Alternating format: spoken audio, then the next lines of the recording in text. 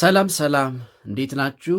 ይህ የአስረኛ ክፍል የባዮሎጂ ትምህርት ነው። በዛሬው ክፍለ ጊዜ ትምህርታችን ምዕራፍ 1 ክፍል 3 እና የመጨረሻውን እንመለከታለን። በዚህ ክፍል ምዕራፍ 1ን ለማጠናቀቅ እንሞክራለን። እንግዲህ በዛሬው ክፍለ ጊዜ ትምህርታችን መነሻ የምናደርገው በባለፈው ክፍለ ጊዜ ጀምረን የተወሰነ አይተን ያቆምነውን ርዕሰ ሐሳብ ነው። እሱም ምን የሚል ነበር? 1.3 ሜጀር ዲስከቨሪስ ዛት ሪቮሉሽናይዝድ ባዮሎጂ የባዮሎጂ የትምህርት ዘርፍ እንዲያድግ ትልቅ አስተዋጽኦ ያደረጉ ግኝቶች ሜጀር ዲስከቨሪስ ዛት ሪቮሉሽናይዝድ ባዮሎጂ የሚል እንደነበረ ታስታውሳላችሁ። እንግዲህ ለባዮሎጂ ትምህርት እድገት ወይም ደግሞ ሪቮሉሽን ኦፍ ባዮሎጂ በጣም ትልቅ ግኝት ያደረጉ ወይም አስተዋጽኦ ያደረጉ 12 ዋና ዋና ሳይንቲስቶች እንዳሉ ዘርዝረን ከነዛ ውስጥ አራቱን ተመልክተን ነበረ። አስታውሰን የቀሩትን ተመልክተን ወደሚቀጥለው ርዕሰ ሐሳብ እንሄዳለን ማለት ነው። እንግዲህ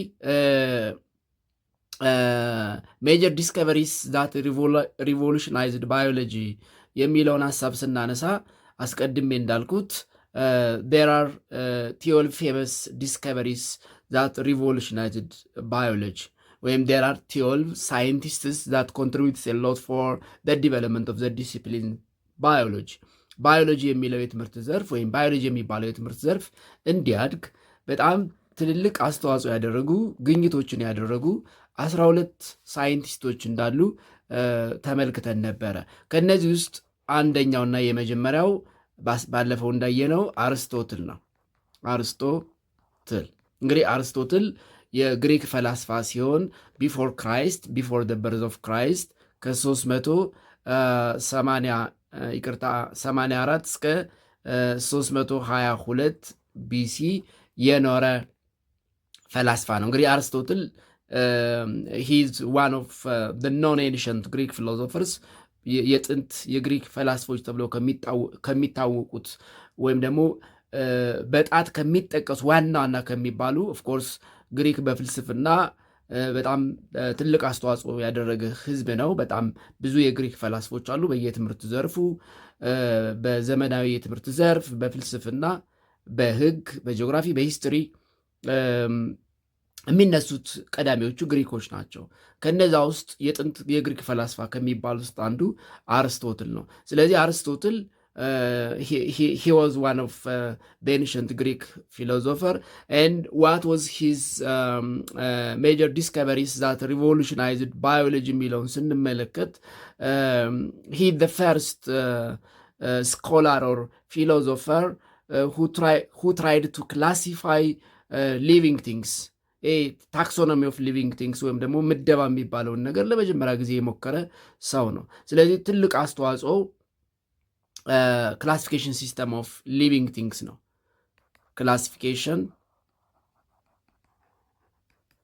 ክላሲፊኬሽን ሲስተም ኦፍ ሊቪንግ ቲንግስ ይህ ታክሶኖሚ የምንለውን ነገር ታክሶኖሚ የእንስሳትም የእጽዋትም ምደባ ወይም ክላሲፊኬሽን የምንለውን ነገር ለመጀመሪያ ጊዜ ሀሳቡን ያመጣ የሞከረም ፈላስፋ ነው። ታክሶኖሚ ይሄ የእንስሳትንም የእጽዋትንም ታክሶኖሚ ወይም ክላሲፊኬሽን ለመጀመሪያ ጊዜ የሞከረ ወይም ደግሞ ለዚህ ሪስፖንሲብል ተደርጎ ወይም ደግሞ የመጀመሪያ ጀማሪ ተብሎ የሚጠራ ሳይንቲስት ነው። ሁለተኛው ከ12ቱ ሁለተኛው በባለፈው ያየነው ጋለን ነው። ጋለን ከ12 ምንድነው ከ129 እስከ 161 ኤዲ that is after Christ ወይም ኤሚኖ ዶሚኖ ይርስ ኦፍ ሎርድ የኖረ ፈላስፋ ነው። ጋለን እንግዲህ ምንድነው ያደረገው አስተዋጽኦ ካልን የሜዲካል ሳይንስን ከፍ ያደረገ ሰው ነው። ሂ ትራንስፎርምድ ሜዲካል ሳይንስ በሕክምና ትልቅ አስተዋጽኦ ያደረገ ሰው ነው። በተለይ ደግሞ ቬን ኤንድ አርተሪ ይሄ ደም ቅዳ ደም መልስ የምንለው የልባችንን ክፍል ወይም ደግሞ የደም ስሮቻችንን የለየ ሰው ነው። ስለዚህ ለመጀመሪያ ጊዜ ሂ ዲስቲንጉሽድ ወይም ሂ ዲፈረንሽት the veins and arteries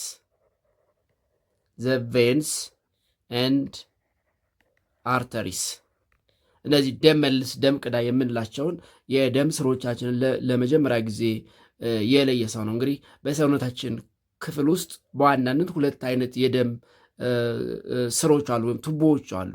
አንደኛው ደምን ወደ ልብ የሚመልስ ነው። ሁለተኛው ደግሞ እንግዲህ ልብ ያጣራውን ደም በኦክሲጅን የበለጸገ ደም ለሰውነታችን የተለያዩ ክፍሎች ደግሞ የሚያሰራጨው ነው። ስለዚህ ከተለያዩ የሰውነታችን ክፍል ደምን ወደ ልብ የሚመልስና በልብ የተጣራውን ደም ደግሞ ወደ ተለያዩ የሰውነታችን ክፍል የሚያደርስ ደም መልስና ደም ቅዳ የምንላቸው ያ ማለት ወደ ልብ ደም የሚመልሰው ደም መልስ ይባላል። ደግሞ የሚረጨው ደም ቅዳ ይባላል ማለት ነው። ስለዚህ እነዚህን ቬንስ ኤንድ አርተሪስ የሚባሉትን ነገሮች ለመጀመሪያ ጊዜ ዲስቲንክት ያደረገ በሜዲካል ሳይንስ ከፍተኛ አስተዋጽኦ ያደረገ ሰው ነው። ሶስተኛ ያየነው ዘ ሰርድ ሜጀር ሳይንቲስት that contributed a lot in his discovery for biology አንቶኒ ቫን ሊውንሁክ ነው። አንቶኒ ቫን ሊውንሁክ አንቶኒ ቫን ሊውንሁክ ከ1632 እስከ 1723 የኖረ ሳይንቲስት ነው። እንግዲህ የዚህ ሳይንቲስት ትልቁ አስተዋጽኦ ምንድን ነው? እነዚህ ማይክሮባዮሎጂ ወይም ደግሞ ማይክሮ ኦርጋኒዝምስ የምንላቸው ላይ ሰፊ ጥናት ያደረገ ሰው ነው። ሂዝ ኮልድ ዘ ፋዘር ኦፍ ማይክሮባዮሎጂ ዘ ፋዘር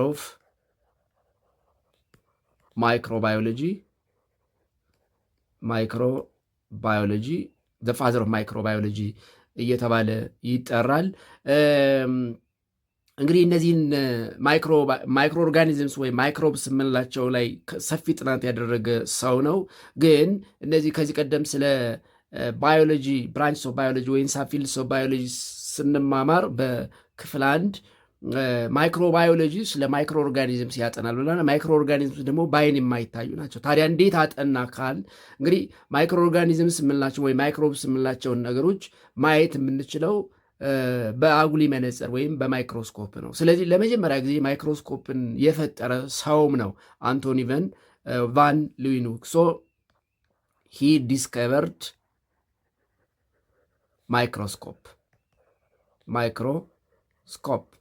ማይክሮስኮፕን የፈጠረ የመጀመሪያው ሰው ነው። የፈጠረው ማይክሮስኮፕም ነገሮችን 500 ታይምስ አጉልቶ ማሳየት የሚችል 500 ታይምስ ማግኒፊኬሽን ያለው ማይክሮስኮፕ ሰርቷል ማለት ነው። ስለዚህ ፋዘር ኦፍ ማይክሮስኮፕ ወይም ደግሞ ፋዘር ኦፍ ማይክሮባዮሎጂ በረቂቅ ዘአካላት ወይም እነዚህ ደቂቅ ዘአካላት በምንላቸው ላይ ሰፊ ጥናት ያደረገ ሰው ነው። በተለይ ደግሞ ባክቴሪያ እና ቫይረስ የመሳሰሉ ማይክሮ ኦርጋኒዝምስ። አራተኛው እና ባለፈው አይተን ውይይታችንን ያቆምንበት ካርል ሊናውስ ነው። ካርል ሊናውስ ከ1707 እስከ 1775 በነበረው ዘመን የኖረ ሰው ነው። እንግዲህ ካርል ሊናውስ አርስቶትል አስቀድሞ የጀመረውን ታክሶኑ ወይም ክላሲፊኬሽን ኦፍ ሊቪንግ ኦርጋኒዝምስ በዘመናዊ መልኩ የሰራ ሳይንቲስት ነው። ስለዚህ ካርል ሊናውስ ዘ ፋዘር ኦፍ ሞደርን ታክሶኖሚ እየተባለ ይጠራል። ፋዘር ኦፍ ሞደርን ታክሶኖሚ ፋዘር ኦፍ ሞደርን ታክሶኖሚ የዘመናዊ ታክሶኖሚ ወይም ክላሲፊኬሽን ኦፍ ሊቪንግ ኦርጋኒዝምስ አባት እየተባለ ይጠራል። ሂወዝ ቦታኒስት፣ ፊዚሽያን፣ ናቹራሊስት ሐኪም ነበረ። የእጽዋት ሳይንስ ባለሙያ ነበር። የተፈጥሮ አድናቂ ወይም ደግሞ ናቹራሊስት የሚባል ነው።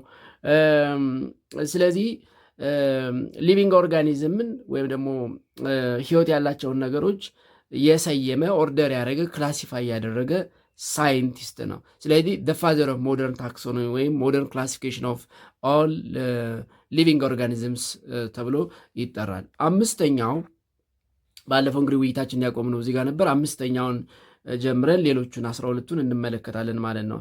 አምስተኛው ቻርልስ ዳርዊን ነው።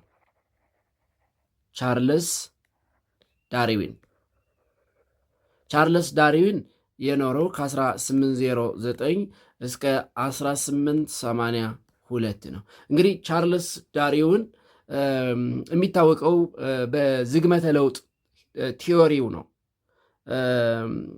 ሂዝ ኖውን ኢን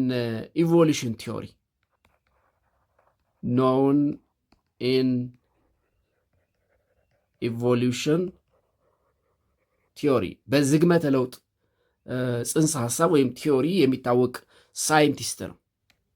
ስለዚህ ቻርልስ ዳርዊን በኢቮሉሽን ቲዮሪ በስነ ፍጥረታት አመጣጥ በተለይ ደግሞ የሰው ልጅ አመጣጥ እንግዲህ የሰው ልጅ ከዝንጀሮ ወይም ደግሞ ሰው ከሚመስሉ ፍጥረታት በዝግመተ ለውጥ በሂደት የመጣ ነው በሚለው ቲዮሪው ይታወቃል። ስለዚህ በኢቮሉሽን ቲዮሪ በስነ ፍጥረታት አመጣጥ ቲዮሪው የሚታወቅ ሰው ነው። እንግዲህ ቻርልስ ዳርዊን ምን ብሎ ነው የሚያምነው? ሁሉም ስፒሽስ ኦል ስፒሽስ ኦፍ ላይፍ ዲሴንድስ ኦቨር ታይም ፍሮም ኮመን አንሲስተርስ ብሎ ያምናል። ሂ ብሊቭድ ዛት all species of life descended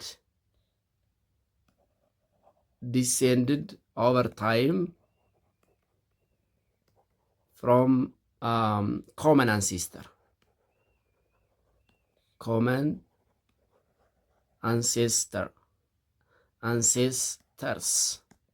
ከተመሳሳይ ቅድመ ዝርያ የመጡ ናቸው ብሎ ያምናል ማለት ነው። ስለዚህ the origin of species ወይም ደግሞ ኢቮሉሽን ቲዮሪ the origin of species ወይም ኢቮሉሽን ቲዮሪ በሚባለው ይታወቃል ማለት ነው። the origin of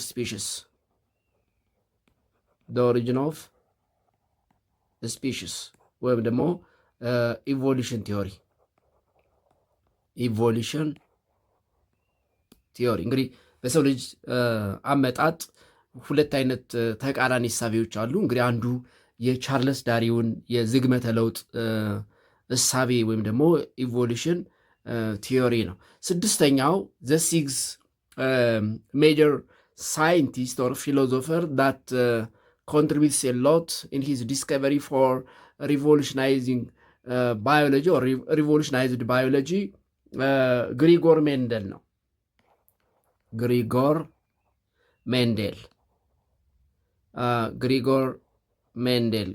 ሜንዴል ከ1822 እስከ 1884 የኖረ ሳይንቲስት ነው። እንግዲህ ግሪጎር ሜንዴል በዋናነት የሚታወቀው በዘረመል ጥናት ነው። እንግዲህ ጂን የምንለው ወይም ዘረመል የምንለውን ነገር በማጥናት በስፋት የሚታወቅ ሳይንቲስት ነው። በዚህም ሂ ኢዝ ኮልድ ዘ ፋዘር ኦፍ ጄኔቲክስ እየተባለ ይጠራል።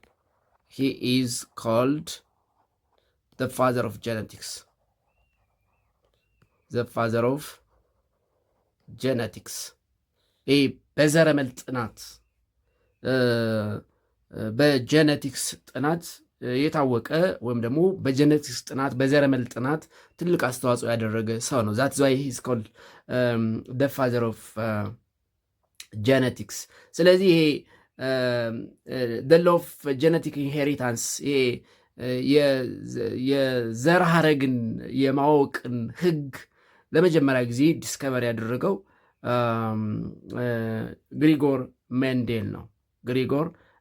ሜንዴል። ስለዚህ በጄኔቲክስ ሳይንስ በዘረመል ሳይንስ ሰፊ ጥናት ያደረገና የጄኔቲክስ አባት ወይም ደግሞ ፋዘር ኦፍ ጄኔቲክስ እየተባለ የሚጠራ ሳይንቲስት ነው። ሰባተኛው ሉዊስ ፓስቸር ነው። ሉዊስ ፓስቸር ከ1822 እስከ 1895 የኖረ ሳይንቲስት ነው። ሉዊስ ፓስቸር እንግዲህ ሉዊስ ፓስቸር እንደ ምንድን ነው አንቶኒ ቫን ሊውንሁክ የማይክሮ ኦርጋኒዝምስ ላይ ሰፊ ጥናት ያደረገ ሳይንቲስት ነው። በተለይ ደግሞ በማይክሮባዮሎጂ ሜዲሲን ሰፊ ጥናት ያደረገ ሰው ነው። በዚህም ሂዝ ኮልድ ዘ ፋዘር ኦፍ ሜዲካል ማይክሮባዮሎጂ እየተባለ ይጠራል። ሂዝ ኮልድ ዘ ፋዘር ኦፍ ሜዲካል ማይክሮባዮሎጂ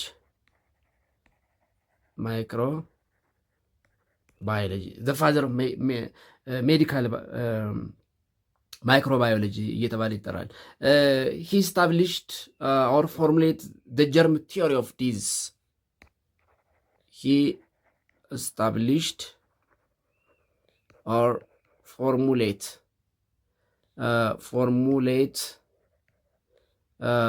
ዘ ጀርም ቲዮሪ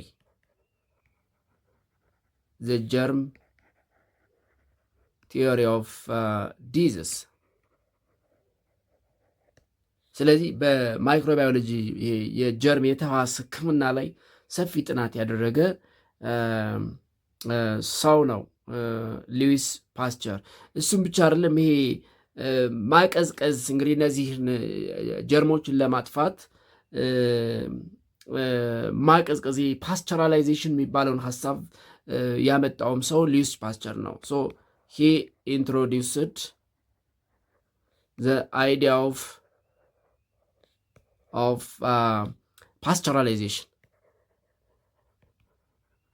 ፓስቸራላይዜሽን አሁን ለምሳሌ ፍሪጅ ውስጥ ምግብ እንዳይበላሽ እናደርጋለን። አንዳንድ በኮመንሊ የምንጠቀማቸው እቃዎችን ስተሪላይዝ እናደርጋለን። እንዲህ አይነቱን ሀሳብ ለመጀመሪያ ጊዜ ኢንትሮዲውስ ያደረገው እሱ ነው። እሱም ብቻ አይደለም፣ የተለያዩ ቫክሲኖችን ዲቨሎፕ አድርጓል። ሂ ኦልሶ ዲቨሎፕድ ቫክሲንስ፣ የተለያዩ ክትባቶችንም ኢንትሮዲውስ አድርጓል። በእነዚህና መሰል ግኝቶች የሚታወቅ ሳይንቲስት ነው ሉዊስ ፓስቸር። ስለዚህ ሰባተኛው ሉዊስ ፓስቸር ነው፣ the father of medical biology, microbiology, and he is the first scientist to introduce the idea of pasteurization in order to kill disease causing microorganisms። እነዚህ በሽታ አምጪ ረቂቅ ተዋሲያንን ለማጥፋት ማቀዝቀዝ፣ ፓስቸራላይዝ ማድረግ የሚለውን ሀሳብ ያመጣው ሉዊስ ፓስቸር ነው ማለት ነው። ስምንተኛው ሮበርት ኮች ነው። ሮበርት ኮች ከ1843 እስከ 1910 በነበረው ጊዜ የኖረ ሳይንቲስት ነው። ሂዝ ዌል ኖውን ጀርመን ፊዚሽያን፣ የጀርመን ሐኪም ነው። ሂ ዋዝ a well known German physician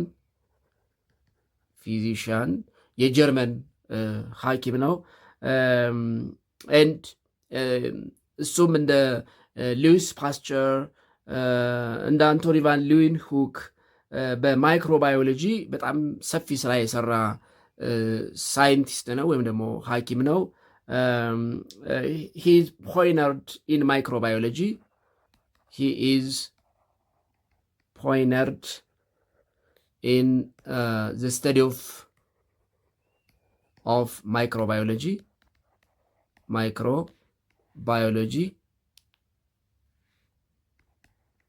በማይክሮባዮሎጂ ጥናቱ በጣም የተመሰከረለት ሳይንቲስት ነው። በዚህም ሂዝ ኮልድ ዘ ፋዘር ኦፍ ሞደርን ባክቴሪዮሎጂ ይባላል። በተለይ ባክቴሪያ ላይ ሰፊ ጥናት አድርጓል። ለዛም ነው ሂ ኢዝ ኮልድ ዘ ፋዘር ኦፍ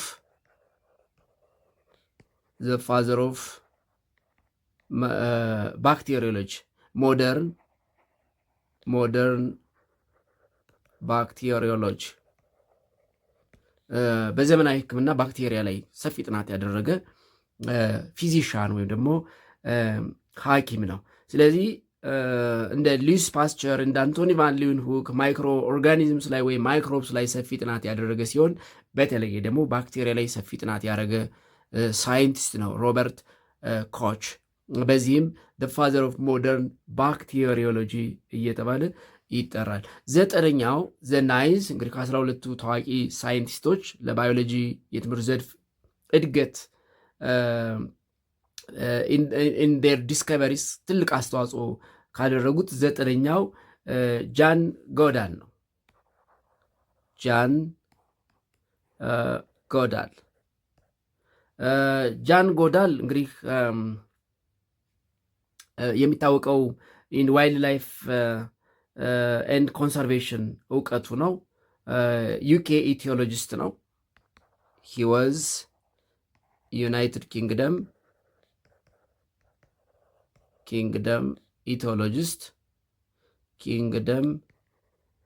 ኢቲዮሎጂስት ኢቲዮሎጂስት ነው።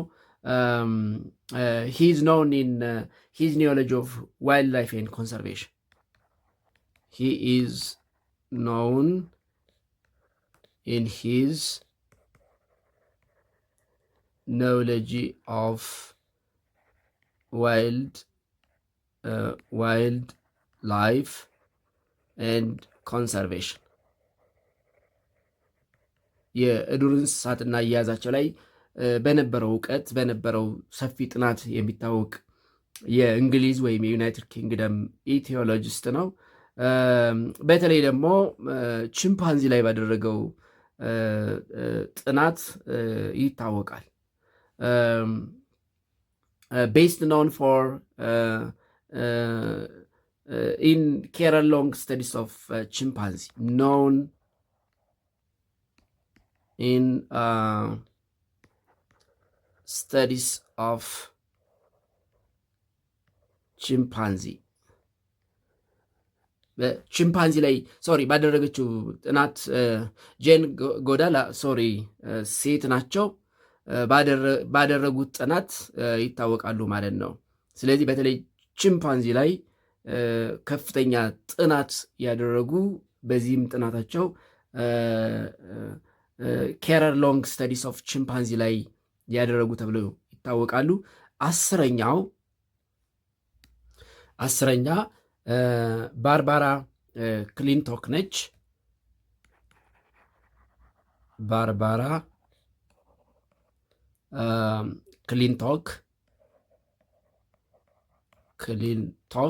እንግዲህ ባርባራ ክሊንቶክ ከ1902 እስከ 1992 ባለው ዘመን የኖሩ ሳይንቲስት ናቸው። ሺወዝ አሜሪካን ጀነቲስት ወይም የጀነቲክስ ባለሙያ ነበሩ። ሺወዝ አሜሪካን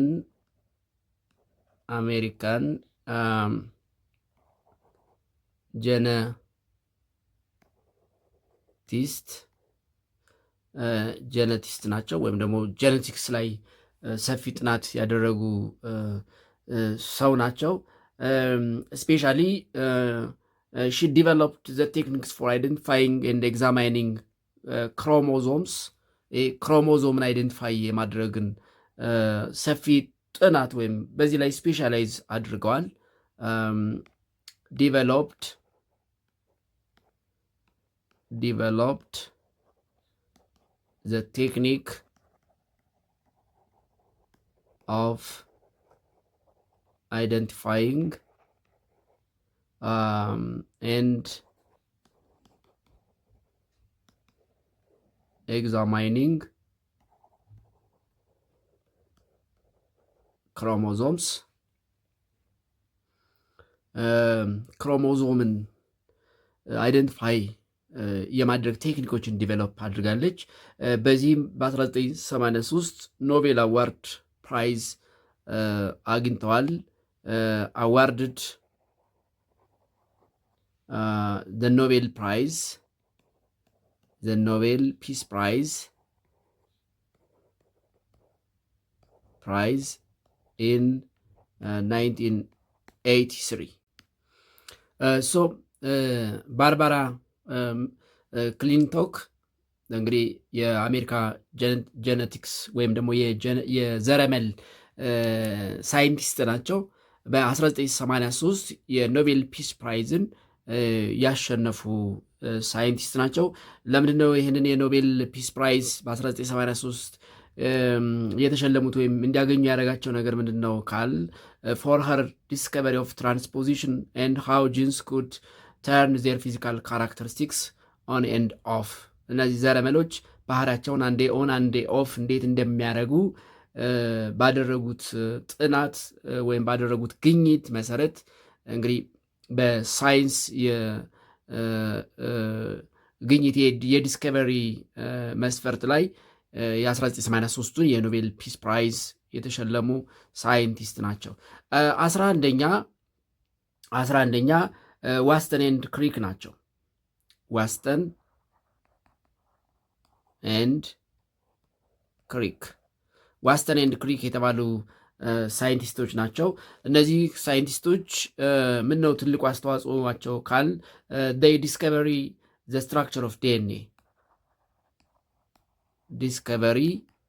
ስትራክቸር ኦፍ ዲኤንኤ ዲኤንኤ የዲኤንኤን መዋቅር ወይም የዘረመልን ስትራክቸር ዲስከቨር ያደረጉ ሳይንቲስቶች ናቸው። 12ኛና የመጨረሻው ዊልሙት እና ቻምፔል ናቸው። ዊልሙት ኤንድ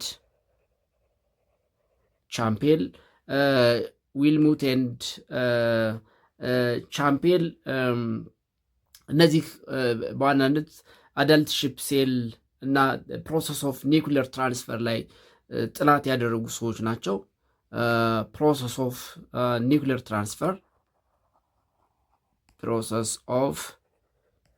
ኒውክሊየር ትራንስፈር ስለ ኒውክሊየር ትራንስፈር በተለይ በእንስሳት ላይ እንዴት ኒውክሊየር ትራንስፈር እንደሚሆን ያጠኑ ሳይንቲስቶች ናቸው ማለት ነው። እንግዲህ ለባዮሎጂ እድገት ለባዮሎጂ የትምህርት ዘርፍ እድገት ከፍተኛ አስተዋጽኦ እና ግኝት ያደረጉ 12ቱ ዘ 12 ፌመስ ሳይንቲስት ኤንድ ዜር ዲስከቨሪስ እነዚህ ናቸው ማለት ነው። ቀጣዩ 1.4 the contribution of biological discoveries to the society and the environment. The contribution of biological discoveries to the society and the environment.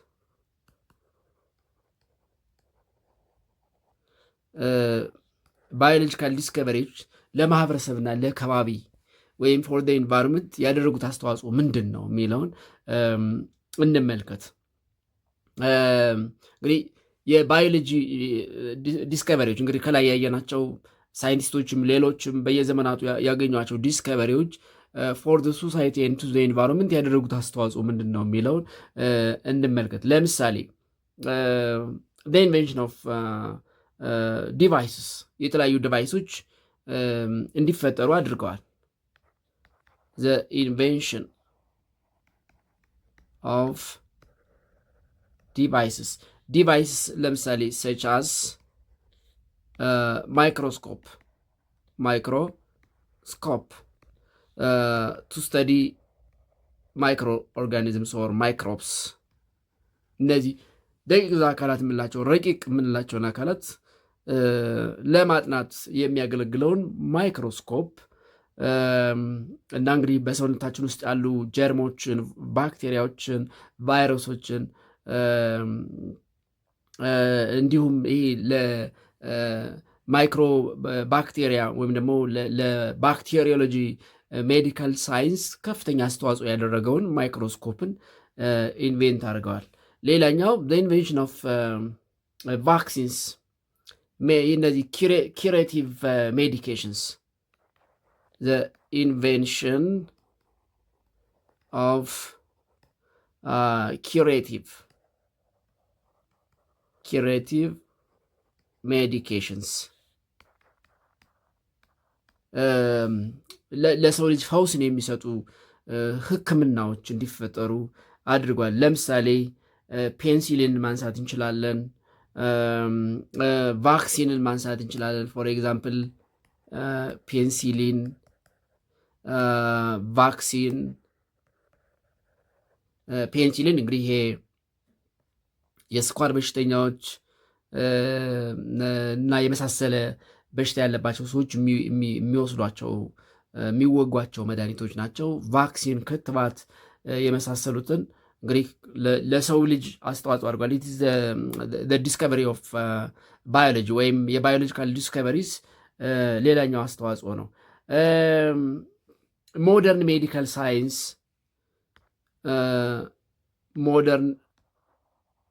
ሜዲካል ሳይንስ ሜዲካል ሳይንስ እንዲያድግ አድርጓል። ፎረንሲክ ሳይንስ ከወንጀል ጋር በተያያዘ የፎረንሲክ ምርመራ እንዲያድግ አድርጓል። ዲቨሎፕመንት ኦፍ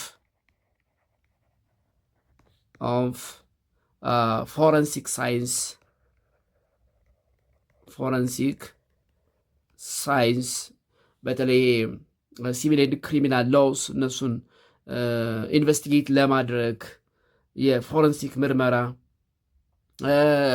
ፎር ኢኮሲስተም ስተዲ ለምንድነው? ለስነ ምህዳር ጥናት። ፎር ኢኮሲስተም ስተዲስ ለስነ ምህዳር ጥናት ከፍተኛ አስተዋጽኦ አድርጓል። እንግዲህ እነዚህ ፎር አቶሚክ ስተዲ ፎር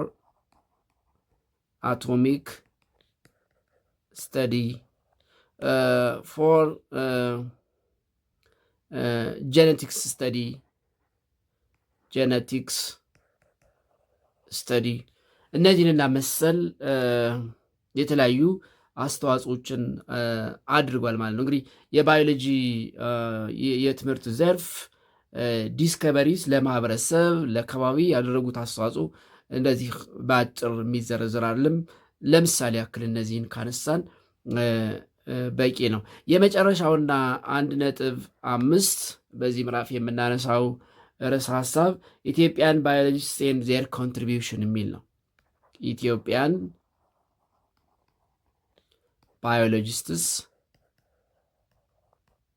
ባዮሎጂስትስ ኤንድ ዜር ኮንትሪቢዩሽንስ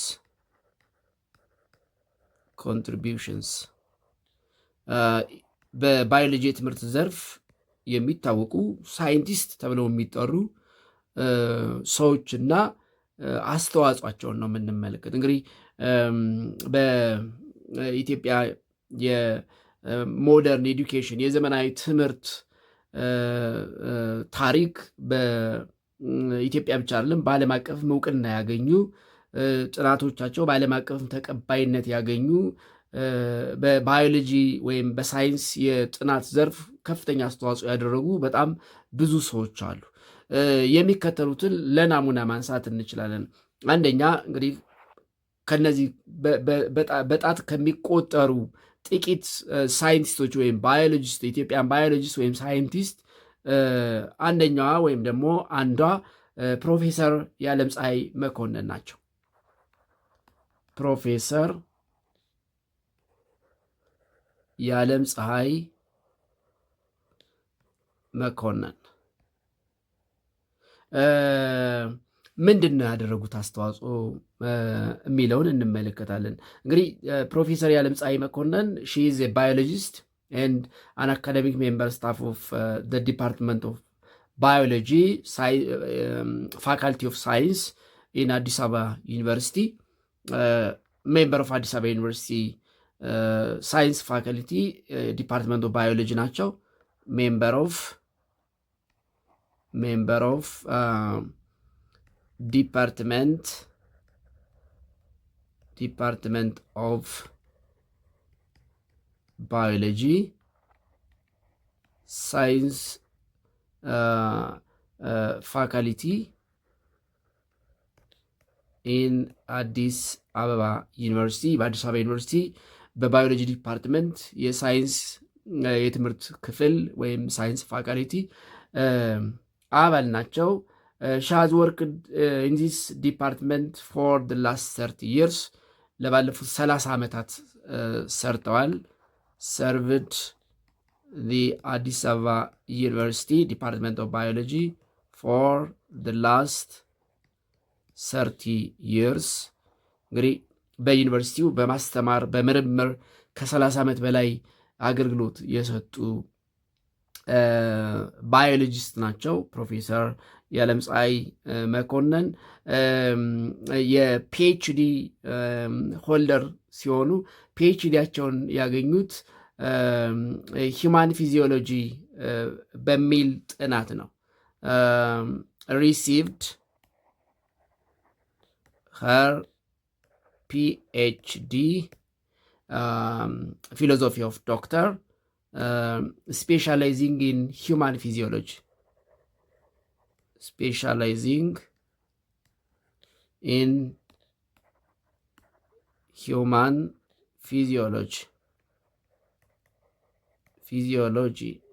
እንግዲህ በሰው ልጅ የአካል መዋቅር ወይም ፊዚዮሎጂ ላይ ስፔሻላይዝ በማድረግ የሶስተኛ ዲግሪያቸው ወይም ፒኤችዲ ዲግሪያቸውን አግኝተዋል።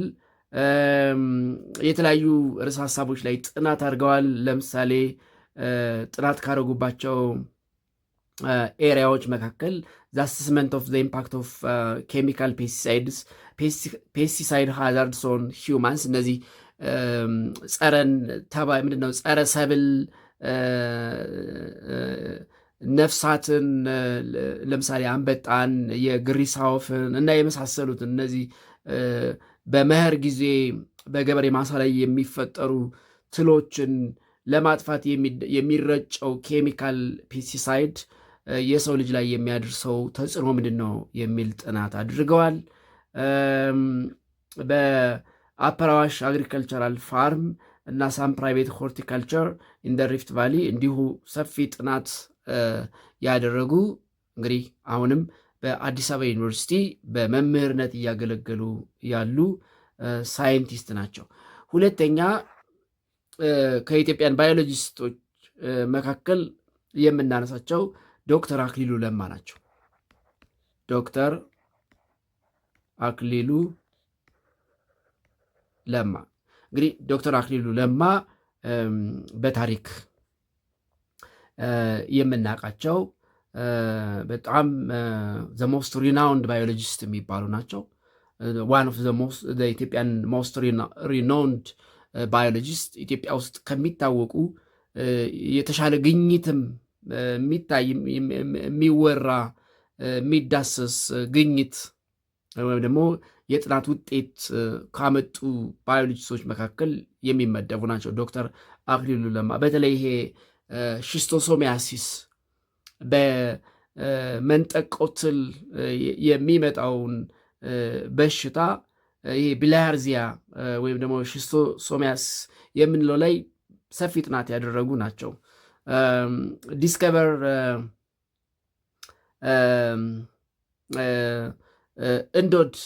እንዶድ የሚባለውን እንግዲህ እንዶድ ምንድን ነው? ምናልባት የገጠር ልጆች እናውቃለን። እንዶድ ማለት እንግዲህ የሀረግ አይነት ነው። ፍሬም የሚያፈራ እንደ ሀረግ ሆኖ ዛፎች ላይ እየተንጠለጠለ የሚያድግ እንግዲህ እንዶድ እንደ ሳሙና የሚኮርፍ ባህሪ ያለው ነው። እንግዲህ እንዶድን ወንዝ ውስጥ እንትን በማድረግ ይሄ ቢልሃርዚያ የሚባለውን ወይም የመንጠቆ ትል የሚባለውን ገሎት ነው ያዩት። ስለዚህ ቢልሃርዚያ ለሚያመጣው ወይም ሺስቶሶሚያስ ስለምንለው በሽታ መድኃኒት እንደሚሆን ያረጋገጠ ጥናት ያደረጉ ሰው ናቸው ዶክተር አክሊሉ ለማ። ስለዚህ ሂ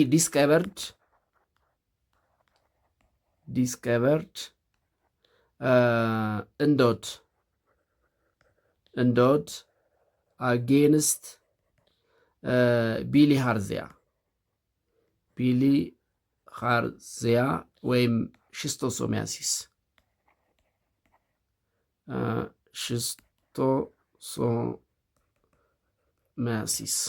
ሽስቶሚያስ ወይም ብሊሃርዚያ የመንጠቆ ትል እንግዲህ እግርን እንትን በማለት የሚያሳብጥ እና ከፍተኛ ቁስለት የሚፈጥር የሚያሳክክ በሽታ የሚያመጣ ውሃ ውስጥ የሚኖር ትላትል ነው። ስለዚህ እሱ ላይ ወይም ይሄ ፓራሳይቲክ ፍላት ወርምስ ወይም ደግሞ ቀንድ አውጣ አይነት ነገር ነው። እንደ ቀንድ አውጣ አይነት ሆኖ እንግዲህ ውሃ ውስጥ የሚኖር ነው። የሰው ልጅ እግሩን ወደ ውሃ ውስጥ ሲከት የሰው ልጅ ገላ በመፍሳት ከፍተኛ የሆነ በሽታ የሚያመጣ የመንጠቅ ወይም ይሄ ተውሳከ ወይም ደግሞ ምንድን ነው የሚባለው በሽታ አምጪ ህዋስ ነው፣ ወይም ደግሞ ትል አይነት ነገር ነው። እሱ ላይ እንግዲህ ሰፊ ጥናት አድርገው እንዶድ እሱን እንደሚገለውና የቢሊሃርዚያ ወይም የሽስቶሶሚያሲስ መድኃኒት ከእንዶድ እንደሚሰራ ዲስከቨር ያደረጉ ኢትዮጵያዊ ባዮሎጂስት ናቸው። በሶስተኛ ደረጃ የምናነሳቸው እንግዲህ በቅርብ ጊዜ ዜና በተለያዩ የዓለም ሚዲያዎች ዜና እየተሰራላቸው ፕሮፌሰር ገቢሳ ኤጀታ ናቸው። ፕሮፌሰር ገቢሳ ኤጀታ እንግዲህ በአሜሪካ ዩኒቨርሲቲዎች በማስተማር ላይ ያሉ ባዮሎጂስት ናቸው። በተለይ ደግሞ እሳቸው ስፔሻላይዝ ያደረጉት ፕላንት ብሪዲንግ ኤንድ ጄኔቲክስ ላይ ነው። ሂ ስፔሻላይዝስ ኢን ፕላንት ብሪዲንግ ኤንድ ጄኔቲክስ እጽዋትን ማዳቀል እጽዋትን በተለይ ደግሞ አዝርትን በተለይ ደግሞ ለገበሬው የሚጠቅሙ አዝርቶችን በማዳቀል የተሻለ ምርት የሚሰጡ አዝርትን በማዳቀል ይታወቃሉ። በተለይ ደግሞ ይሄ ማሽላ ወይም ሶርገም የምንለው ላይ ሰፊ ጥናት አድርገዋል። he did his research on ሶርገም ወይም ይሄ ማሽላ የምንለው ማለት ነው። ማሽላ ማለት በቆሎ ማለት አይደለም። ያኛው በጭንቅላቱ እንደ ዝርዝር ሆኖ የሚያፈራው ማሽላ ወይም ሶርገም የምንለው ላይ በጣም ሰፊ ጥናት ያደረጉ ሰው ናቸው። የሶስተኛ ዲግሪያቸው የፒኤችዲያቸውን ከአሜሪካ ዩኒቨርሲቲ አግኝተዋል። ዛሬም በአሜሪካ ዩኒቨርሲቲዎች በማስተማር ላይ ያሉ ሳይንቲስት ናቸው። ስለዚህ የተሻለ ምርት የሚሰጥ የማሽላ ዝርያ አዳቅለው በማግኘት እንግዲህ ስማቸውን ያስጠሩ ኢትዮጵያን የሚያኮሩ ለኢትዮጵያ አርሶ አደሮችም ደግሞ የተሻለ ምርት የሚሰጥ የማሽላ ዝርያ ያስገኙ ሳይንቲስት ናቸው። በአራተኛነት የምናነሳቸው ዶክተር ተወልደ ብርሃን ገብረ እግዚአብሔር ናቸው። ዶክተር ተወልደ ብርሃን ገብረ እግዚአብሔር ናቸው። እንግዲህ ዶክተር ተወልደ በባዮዳይቨርሲቲ በብዝሃ ሕይወት ላይ ጥናት ያደረጉ የኢትዮጵያ ብዝሃ ሕይወት ኢንስቲትዩት ኃላፊም ሆነው የሰሩ ሰው ናቸው። known by his work on safeguard biodiversity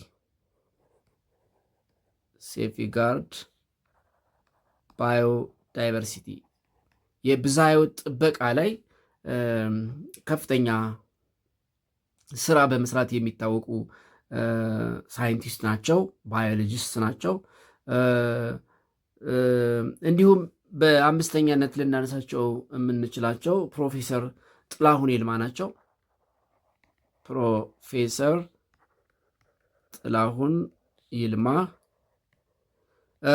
ጥላሁን ይልማ ምንድን ነው ያደረጉት ካል he developed a vaccine to get ራይድ ኦፍ ዘ ቴሪብል ካትል ዲዚዝ ሬንደር ፔስት የእንስሳትን በሽታ ሊያስወግድ የሚችል ክትባት ዲቨሎፕ አድርገዋል። ዲቨሎፕድ ቫክሲን to get rid of cattle disease.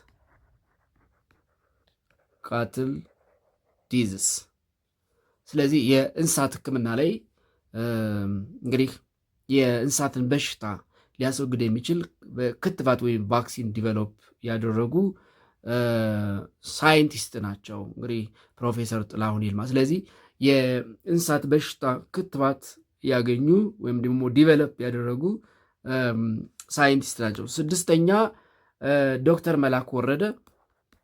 ዶክተር መላኩ ወረደ እንግዲህ ዶክተር መላኩ ወረደ በተለይ ይሄ ምንድን ነው የሚባለው አገር በቀል ብዝሃ ሕይወት ይሄ ያልተዳቀለ ብዝሃ ሕይወትን ሪዘርቭ በማድረግ ሴቭ በማድረግ ይታወቃሉ። ሂ ወርክስ ቱ ሴቭ the genetic diversity of domestic plants, to save the genetic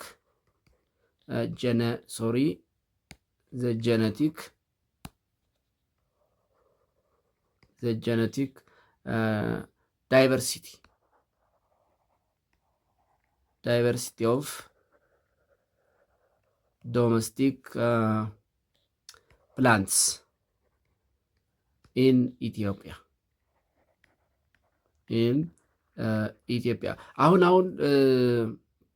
የተሻለ ምርት ለማግኘት ሲባል የገበሬው ዘር እየተዳቀለ ኦሪጂናል የነበረው እየጠፋ ነው። ዶክተር መላኩ ወረደ ይሄ ኦሪጂናል የነበረው የኢትዮጵያ የሰብል ዘር ሴቭ እንዲደረግ ትልቅ ስራ እየሰሩ ሰው ናቸው። በሰባተኛ ደረጃ የምናነሳቸው እንግዲህ በቅርቡ በህይወት የተለዩን ፕሮፌሰር በየነ ጴጥሮስ ናቸው። ፕሮፌሰር በየነ ጴጥሮስ እንግዲህ ፕሮፌሰር በየነ ጴጥሮስ ከአካዳሚው ባለፈ በኢትዮጵያ ፖለቲካም የሚታወቁ ሰው ናቸው። ሂዝ የባዮሜዲካል ሳይንቲስት ሜዲካል ሳይንቲስት በአዲስ አበባ ዩኒቨርሲቲ ሳይንስ ፋከልቲ እንግዲህ የባዮሎጂ መምህር የነበሩ በቅርቡ በህይወት ያጣናቸው ሳይንቲስት ወይ ደግሞ ተመራማሪ ነበሩ። በስምንተኛ ደረጃ የምናነሳቸው ዶክተር ዘረሰናይ ዓለምሰገድ ዶክተር ዘረሰናይ ዓለምሰገድ እንግዲህ ዶክተር ዘረሰናይ ዓለምሰገድ በቅሪተ አካል ጥናት ላይ የሚታወቁ ሰው ናቸው። ሂዝ ፓሊዮንቶሎጂስት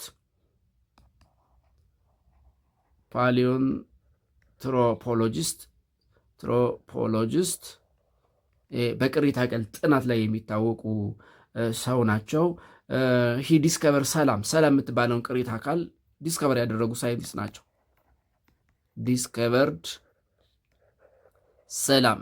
ሰላም ወይም ደግሞ ሉሲ ቻይልድ እየተባለች የምትጠራዋ የ3.3 ሚሊዮን ዓመት ኦልድ ቻይልድ ስፒሽስ ኦፍ አውስትራሎፒከስ አፋረንሲስ ወይም የሉሲ ልጅ ወይም ደግሞ ከሉሲ በኋላ የተነሳች ተብሎ የተገመተችዋን ሰላም የምትባለዋን ቅሪተ አካል ያገኙ ሳይንቲስት ናቸው። በዘጠነኛ ደረጃ የምናነሳቸው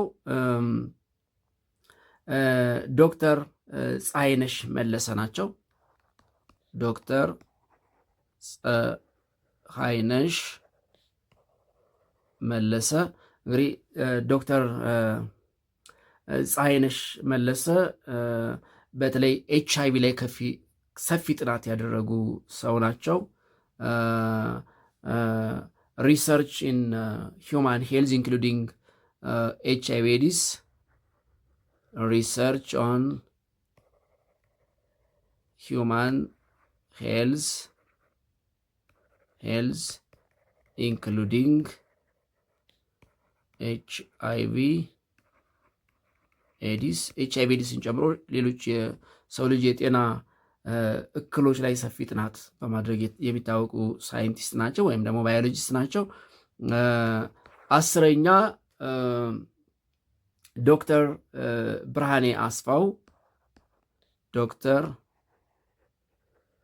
ብርሃኔ አስፋው ናቸው። ዶክተር ብርሃኔ አስፋው እንግዲህ ኢቮሉሽን ወይም ደግሞ ፓሊዮንቶሎጂስት ናቸው። ኢዳልቱ የምትባለዋን ቅሪተ አካል ያገኙ ሰው ናቸው። ዲስከቨርድ 160,000 years old human ስኩልስ እንግዲህ 160 ሺህ ዓመት እድሜ ያላቸው ሁለት የሰው ልጅ ቅሪተ አካላትን አግኝተዋል። በ11ኛ ደረጃ የምናነሳቸው ፕሮፌሰር ለገሰ ነጋሽ ናቸው። ፕሮፌሰር ለገሰ ነጋሽ ኢትዮጵያን ኢንዲጂነስ ትሪዎችን በማባዛት ወይም ፕሮፓጌት በማድረግ የሚታወቁ ናቸው። ፕሮፌሰር ለገሰ ነጋሽ ኢንዲጂነስ ትሪስ አገር በቀል ዛፎች ላይ ሰፊ ጥናት ያደረጉ ያባዙ ተመራማሪ ናቸው። 12ኛና የመጨረሻ የምናነሳቸው ፕሮፌሰር ኢንሰርሙ ቀልቤሳ ናቸው። ፕሮፌሰር ኢንሰርሙ